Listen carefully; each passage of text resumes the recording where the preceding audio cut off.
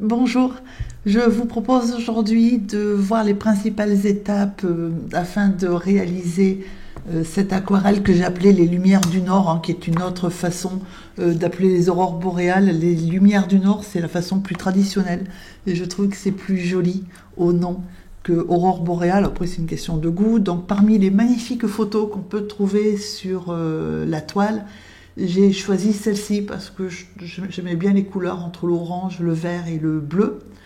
Donc c'est un travail qui est beaucoup en mouillé sur mouillé et aussi ensuite dans l'humide. Concernant le matériel, il faut du papier qui tienne bien l'eau parce qu'on va vraiment beaucoup mouiller et qui soit fixé sur les quatre bords. Je vous conseille également de bien protéger votre table pour éviter qu'elle soit tachée.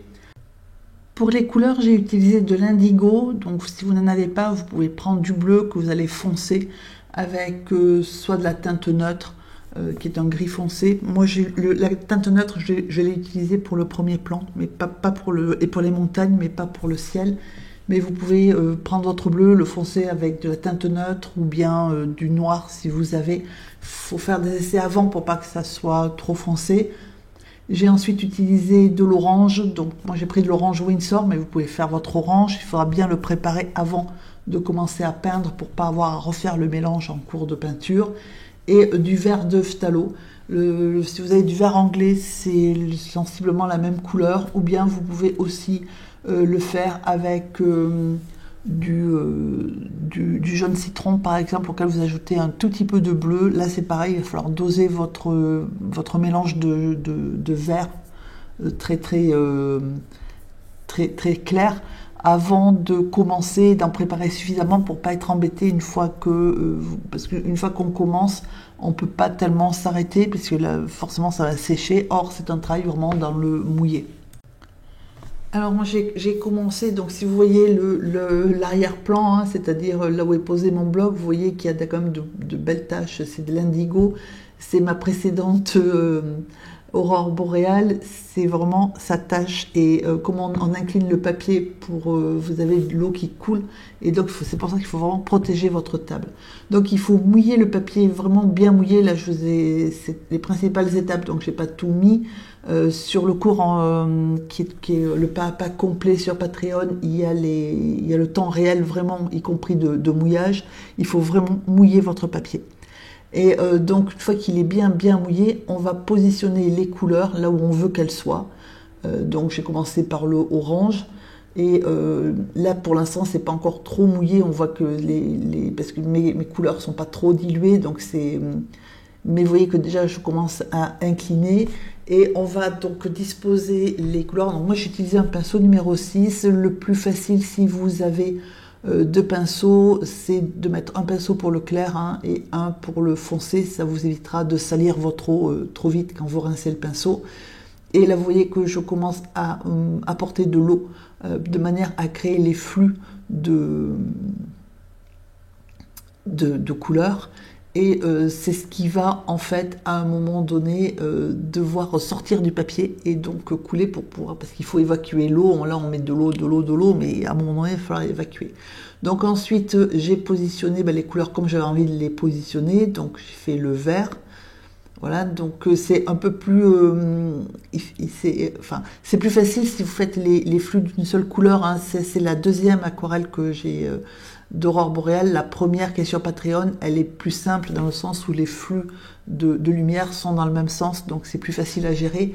Là, vous avez des flux qui ont des sens contraires, donc il faut gérer l'inclinaison du papier de manière à ce que les flux puissent se produire, en sachant que vous voyez que là pour l'instant il n'y a pas énormément d'eau, mais il faut, en fait c'est un équilibre à trouver entre j'apporte de la peinture, je fais circuler le pigment, c'est-à-dire je crée le flux et j'évacue le trop plein d'eau.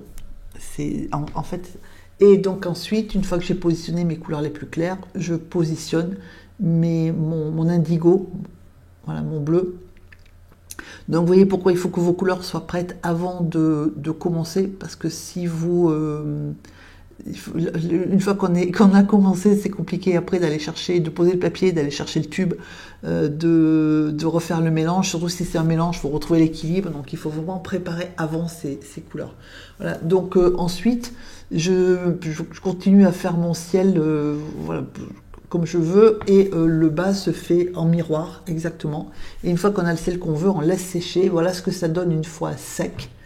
Il faut mettre assez de peinture quand même pour que ça soit, pour pas avoir à refaire un deuxième passage. Mais voilà, donc moi le résultat obtenu me convenait. Du coup, à partir de là, je vais faire mes montagnes et ensuite le premier plan. Donc pour pouvoir être tranquille, et puis parce qu'on peut le faire sans, hein, il suffit de faire attention à peindre horizontalement. C'est plus facile si vous mettez un guide comme ça, donc un ruban de masquage ou du washi tape sur la ligne d'horizon. Du coup, vous vous concentrez sur vos montagnes et sur votre couleur. Donc c'est de l'indigo avec un tout petit peu de teinte neutre, et où j'ai fait tranquillement voilà, des montagnes. Faut pas les faire trop hautes, faut pas les faire non plus trop régulières en matière de tracé, mais c'est des montagnes qui sont imaginaires dans le sens où voilà, je les ai fait comme ça me plaisait. Et ensuite, on fait le premier plan, c'est-à-dire le plan d'eau. Donc c'est pareil, hein, j'ai voulu accentuer le côté perspective. Du coup, j'ai refait un premier plan qui suivait quelque part hein, les faisceaux lumineux, enfin ou leurs reflets. Et j'ai utilisé pour ça de la teinte neutre et du bleu, voilà, que j'ai disposé. Alors j'en ai disposé au pinceau, j'en ai disposé un peu avec une carte plastique. Mais là encore, c'est totalement imaginaire parce que la photo de référence, c'était pas tout à fait ça. Donc voilà, j'ai positionné mon plan d'eau, et ensuite j'ai arrangé un tout petit peu mes couleurs hein, et le devant. Donc j'ai même mis un tout petit peu de sel devant pour texturer un tout petit peu, mais en sachant que je cherche pas les effets spectaculaires du sel, parce que c'était pas du tout mon objectif, c'était juste texturer un peu le devant. Et ensuite j'ai fait quelques pierres, voilà, faut de manière à habiller le premier plan. Et on peut, c'est ce que je ferai à un moment donné, raviver un tout petit peu, mettre un tout petit peu de peinture orange et verte, de façon à ce que les contrastes soient plus élevés. Voilà, donc là je me suis juste amusée à faire quelques petites pierres au premier plan. Voilà, bah après vous pouvez mettre aussi des arbres, hein. Il y a vraiment quantité de possibilités. J'espère que ça va vous donner des idées et vous inspirer. Je voudrais juste ajouter qu'il faut surtout pas se décourager. Si vous la première aquarelle que vous faites comme ça se passe pas, enfin les résultats sont pas à la hauteur de ce que vous attendiez. C'est pas si facile que ça à faire. Voilà, c'est un petit peu, ça a l'air facile comme ça parce qu'on se dit bon oui, il n'y a pas d'esquisse ni rien, mais la gestion des flux de peinture, il faut faire un ou deux essais quand même hein, pour pouvoir s'amuser. Ceci dit, même si le résultat n'est pas tout à fait à la hauteur de vos espoirs, on passe quand même un super moment parce que voilà, c'est quand même magique en fait. Vous voyez le voyage de l'eau, des pigments sur le papier, c'est fantastique. Voilà, donc après, c'est vrai que si vous n'en avez jamais fait, je vous conseille de commencer plutôt par des flux dans le même sens. C'est plus facile, quand même largement plus facile à gérer que des flux qui sont comme ça, là, dans sens... ça forme un rayon, donc forcément c'est des sens contraires. Voilà, donc j'espère que ça va vous inspirer, hein, ça va vous faire passer un excellent moment. Je vous souhaite une très bonne journée et je vous dis à très bientôt.